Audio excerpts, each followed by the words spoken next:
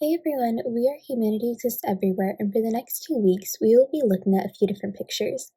Now, the history behind these photos is dark, but so important to understand. So get comfy, and here we go. Back in the 1900s, religion was far more predominant in people's lives than it is today. This meant that governments were oftentimes controlling and didn't allow religious freedom. Certain religious groups were even targeted and unfairly treated, as seen in history over and over again. This was the case in Vietnam. The South Vietnamese government oppressed Buddhists during the Vietnam War. For example, they banned Buddhists from flying their religious flag during the holiday of the South, one of the most important holidays of Buddhism, celebrating the birthday of Siddhartha Gautama, the Buddhist founding father. This was especially shocking to the Vietnamese people. They disapproved of their new Catholic president, Ngo Dinh Diem. This new president favored the Catholic people and provided public services, respected military positions, land tax cessions, and so many more benefits to the Catholic minority. Many civilians were even threatened and bribed to convert to Catholicism. Incidents like this became frequent in Vietnam. They eventually resulted in a Buddhist campaign to peacefully protest their religious rights. It reached the point where after a protest, the government threw grenades and killed several monks and then proceeded to place the blame on a local terrorist group. On June 11, 1963, a monk named Thich Quang Duc set himself on fire and calmly sat there as a form of protest, while he was going up in flames, for lack of a better description. Quang Duc was a renowned monk who built 17 Buddhist temples, oversaw the construction of 14 other temples, and explored the spiritual world for years, including an isolated retreat in the mountains during his lifetime. His religious superiority was unmatched and was another factor in why his sacrifice was so consequential. The monks believed that sometimes a sacrifice is needed to solve a problem, and had discussed this earlier with Thich. They agreed on the plan and alerted U.S. correspondents on June 10th that an important act would be happening the following day. That morning, over 350 monks and nuns gathered as part of a procession, carrying banners and signs with propaganda demanding religious rights.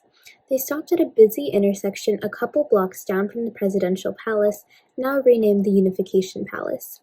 Thich emerged from the crowd, followed by two other monks who carried a cushion and a 5-gallon can of petroleum. The monk placed the cushion on the ground, and Thich, wearing the traditional Buddhist saffron robe, sat down. His body, face, posture, everything remained calm and composed. He brought his hand to his neck, rotated the string of prayer beads he was wearing, and murmured the words, "Homage to Amitabha Buddha," to himself. It is said that he faintly smiled, just a tilt of his lips, before striking a match and dropping it on himself. Out of the many journalists who were informed of the event, only two showed up. One was Malcolm Brown, and he took a picture of Thich that moved the world to its feet. The picture brought so much support and sympathy to the Buddhist cause, and even won the 1963 World Press Photo of the Year. Another journalist, David Halberstam, described the moment. "I was to see that sight again, but once was enough. Flames were coming from a human being. His body was slowly withering and shriveling up, his head blackening and charring. In the air was the smell of burning human flesh. Behind me I could hear the sobbing of the Vietnamese who were now gathering. I was too shocked to cry, too confused to take notes or ask questions, too bewildered to even think. As he burned, he never moved a muscle, never uttered a sound, his outward composure in sharp contrast to the wailing people around him." Throughout the crowd, people began praying and screaming. Even the policemen got on their knees to show their respect to the monk. Thick's flesh, skin, and muscles burned until he fell backwards, and the fire eventually subsided. A Buddhist priest burns himself to death. A Buddhist priest becomes a martyr, they announced into the microphone. The president at the time, Ngo Dinh Diem, responded by saying, "Let them burn and we shall clap our hands," only further angering the public. To add fuel to the fire, per se, the president's wife, the First Lady of Vietnam, responded by saying, "If the Buddhists wish to have another barbecue, I will be glad to supply the gasoline and a match."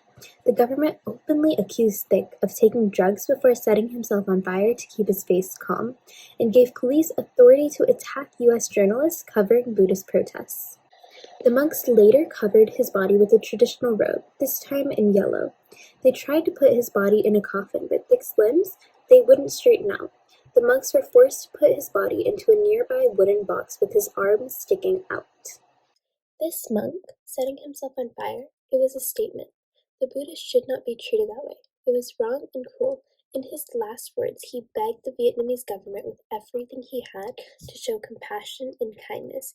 He pleaded for them to practice religious equality and restore the glory that was once their country.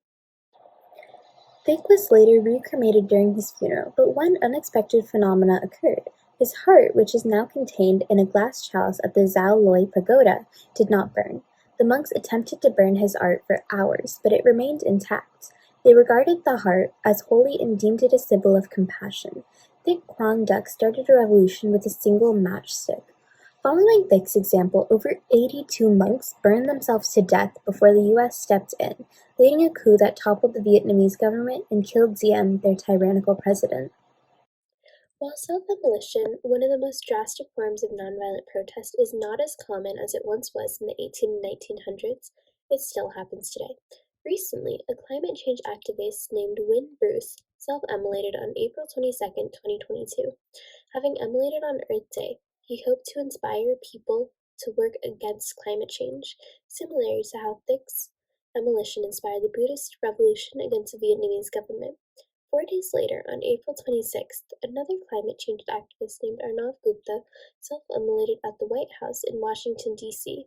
Police detectives guessed that the motive behind this was also to inspire environmental change, but unfortunately Arnav suffered severe injuries and later died at the hospital the same night. We know that this doesn't sound like something that happens in our world today, but it does. We thank you for being a part of changing the future. Make sure to check out our YouTube, Instagram, and website, all linked in the description below. Bye!